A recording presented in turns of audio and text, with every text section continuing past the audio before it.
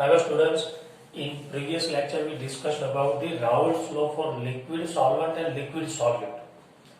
Means if solute and solvent both are liquid तब Raoult law हमने discuss किया था.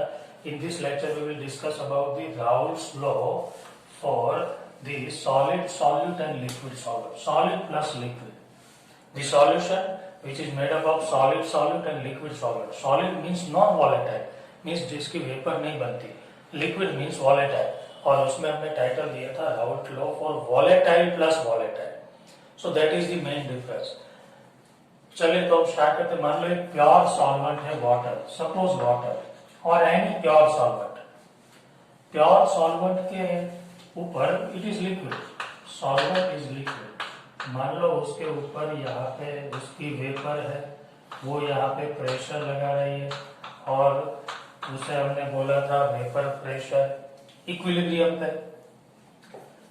इस प्रेशर को मान लो मैं नाम दे देता हूं, ये जो प्रेशर नीचे लग रहा है इसे बोल दिया P01. मैंने आपको Raoult law for liquid plus liquid type के सॉल्यूशन में बोला था कि P01 means vapour pressure of pure liquid. It is pure liquid. Now ये सॉल्यूशन है, मींस ये जो सॉल्वेंट था उसमें हमने सॉलिड सॉल्यूट डिसोल्व कर दिया. मींस मान लो हमने शुगर डिसोल्व कर दी तो यहाँ पे शुगर के पार्टिकल्स भी आ जाएंगे. ये जो बोल्ड डार्क है दे आर शुगर पार्टिकल. मान लो शुगर के मॉलिक्यूल हमने इसमें डिसोल्व कर दिए. So it become solution. Solid solute हो गया और लिक्विड सॉल्वेंट. तो शुगर तो इक्वली डिस्ट्रीब्यूट हो जाएगी सब जगह पे. अब इसके ऊपर जो वेपर बनेगी वो सिर्फ और सिर्फ लिक्विड की ही बनेगी, वाटर की, बिकॉज शुगर तो यहाँ पे सॉलिड है. Solid can not be vaporised, so it is called non volatile. तो यहाँ पे जो वेपर होगी वो सिर्फ और सिर्फ वाटर की ही होगी, सॉल्वेंट की ही होगी. ये जो प्रेशर लगेगा वो सॉल्वेंट का लगेगा. आपको क्या लगता है यहाँ पे प्रेशर ज्यादा लगेगा यहाँ पे? तो ऑब्वियसली यहाँ पे, बिकॉज वेपर के मॉलिक्यूल जो बन रहे थे वो सरफेस से बन रहे थे और इसमें देखिए सरफेस पे सारे लिक्विड मॉलिक्यूल है और अब तो यहाँ पे सरफेस पे सॉलिड मॉलिक्यूल आ गए तो ऊपर जाने का रेट कम हो गया. Rate of evaporation decreases because there are solid molecule over the surface, on the surface. तो ऊपर जाने के लिए अब हमारे पास यहाँ पे 3 मॉलिक्यूल है और यहाँ पे देखिए 5 या 6 पे मतलब ज्यादा मॉलिक्यूल्स है. तो यहाँ पे वेपर कम बनेगी, इवोपोरेशन कम होगा. तो ये वेपर प्रेशर थोड़ा कम होगा. तो इसे हम कुछ अलग नाम देते हैं. इसे बोलते हैं P1 प्रेशर ऑफ सॉल्यूशन. है तो सिर्फ सॉल्वेंट की वजह से, बट सॉल्यूशन का है ना, ऊपर नीचे सॉल्यूशन लिया तो उसका प्रेशर है. So it is pressure of vapour pressure of solution, vapour pressure of pure solvent. Means अब आपको क्लियर हो गया होगा कि when we prepare a solution by dissolving solid solute into liquid solvent then vapour pressure will decrease. Pressure कम होगा, ये ज्यादा होगा ऑलवेज, क्योंकि लिक्विड की वेपर ज्यादा बनेगी. अब इसमें तो थोड़ा सॉलिड भी आ गया और वो सॉलिड जो है वो वेपर में कन्वर्ट नहीं हो पाएंगे तो ये सिर्फ लिक्विड के मॉलिक्यूल ही जाएंगे. सो वेपर प्रेशर विल डिक्रीज. और इसीलिए राउल्ट नाम के एक साइंटिस्ट ने स्टेटमेंट दिया if dilute and ideal solution is prepared by, solution must be dilute and ideal, that is the condition. If dilute and ideal solution is prepared by dissolving non-volatile means solid solvent, non-volatile means solid solvent in volatile solvent means liquid solvent. Solid solute को हमने liquid solvent में dissolve किया. Then the relative lowering of vapour pressure means solution बनेगा तो vapour pressure decrease होने वाला है because solution में सॉलिड सॉल्यूट है. तो वो वेपर प्रेशर कितना डिक्रीज होगा? Relative lowering of vapour pressure is equal to the mole fraction of solute. जो वेपर प्रेशर डिक्रीज होगा, चेंज होगा यहां से यहां,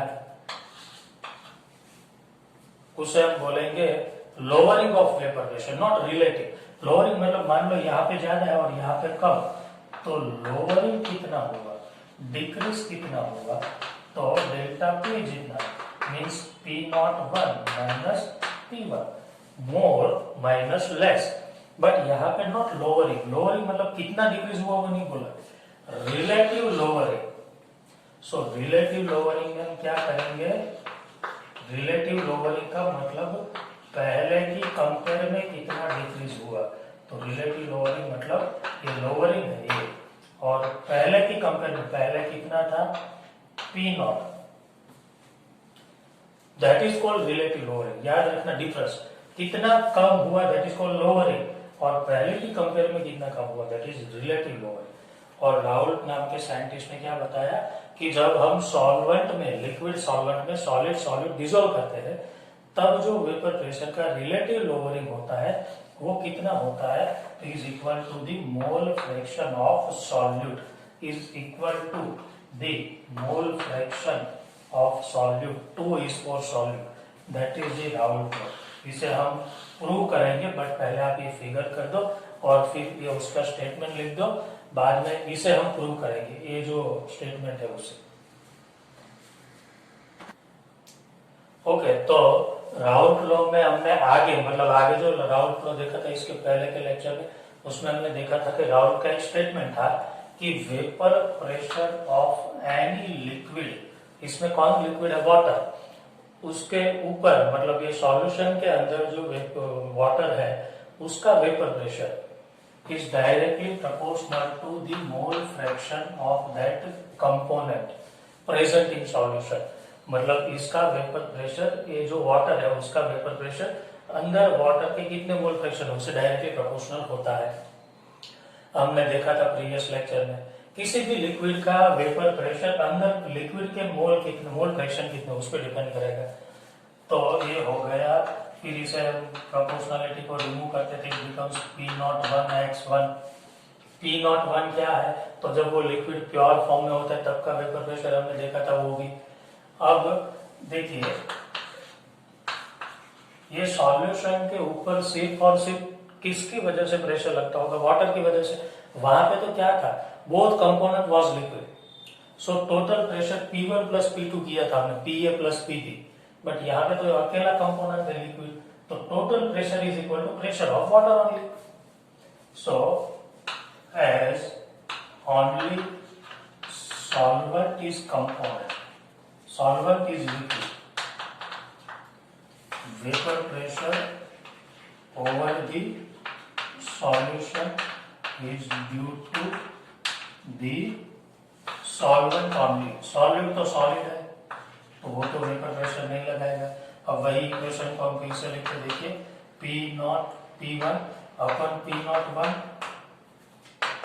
इक्वेशन 1 को हमने लिखा P1 upon P01 is equal to x1, x1 मतलब mole fraction of solvent, mole fraction मतलब मोल अपन टोटल मोल होते हैं, मोल अपन टोटल मोल। तो ये जो हो गया इसका फॉर्म। अब देखिए इसे हम आगे ले जाए तो ये होगा 1 में से दोनों साइड को माइनस कर देते तो 1 माइनस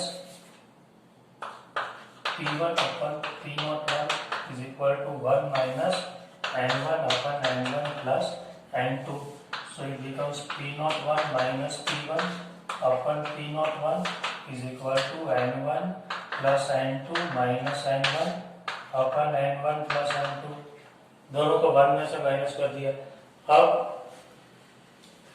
क्या होगा, P01 minus P1 upon P01 is equal to, ये कैंसल हो गया, N2 upon N1 plus N2, ये हो गया।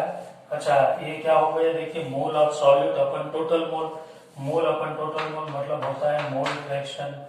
तो ये हमारा प्रूव हो गया कि relative lowering of vapour pressure is equal to the mole fraction of solute.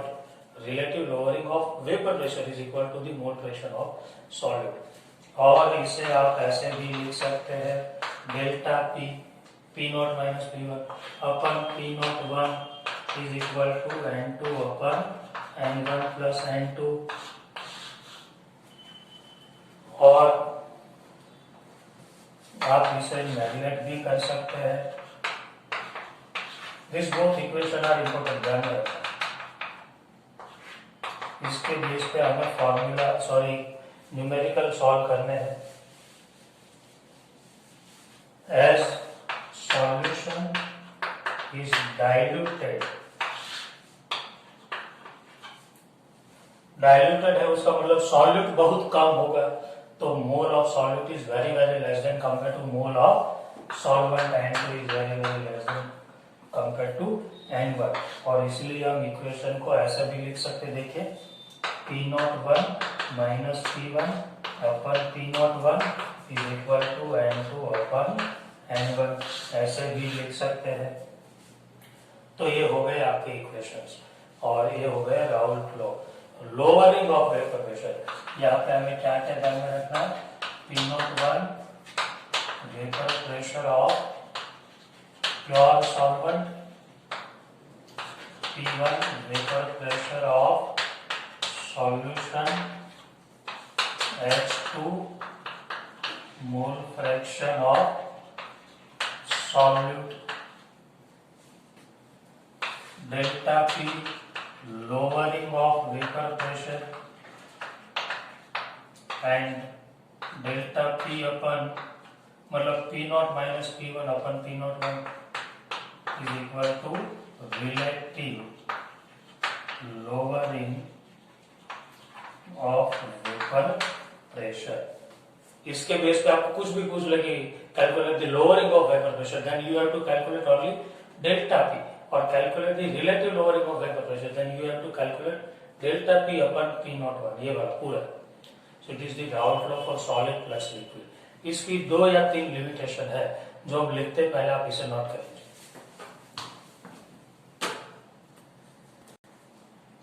Okay, तो लिमिटेशंस ऑफ राउल्ट लॉ में हम क्या लिखेंगे कि इट इज एप्लीकेबल टू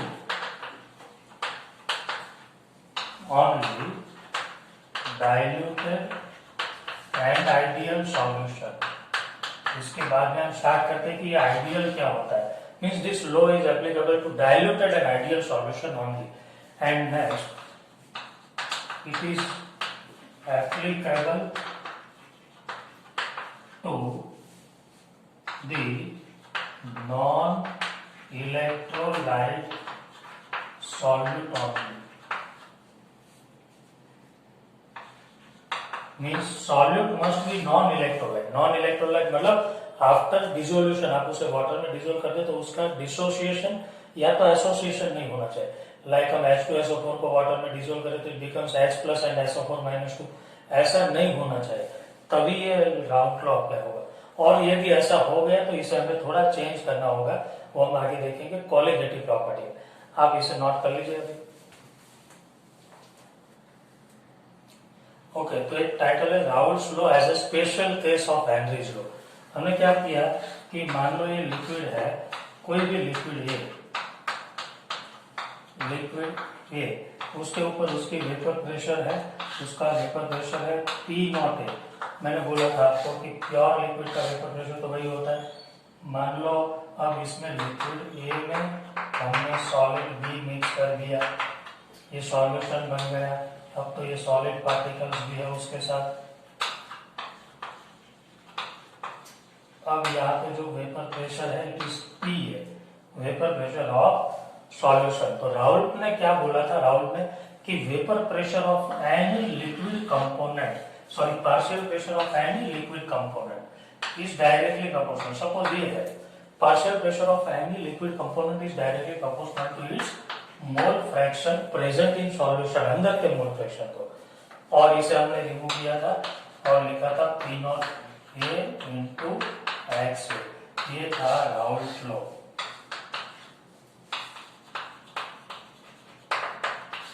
और हेनरीज लॉ में हमने क्या लिखा था पता है?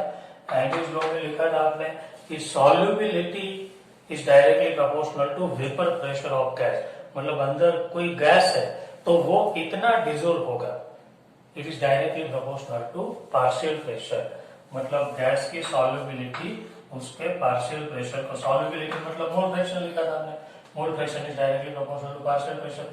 सपोज गैस इज ए, तो इसे रिमूव किया था तो हमने लिखा था KH into XH। तो देखिए दोनों में थोड़ी थोड़ी सिमिलैरिटी है. It is partial vapour pressure, it is mole fraction, it is vapour pressure of pure liquid and it is Henry's constant. If this both becomes equal, then ये दोनों equation same हो गए. This is special case. कभी कभी special case में दोनों equal भी बन जाता है. That is special case of Raoult law and Henry's law. और इसे आप नोट कर लीजिए.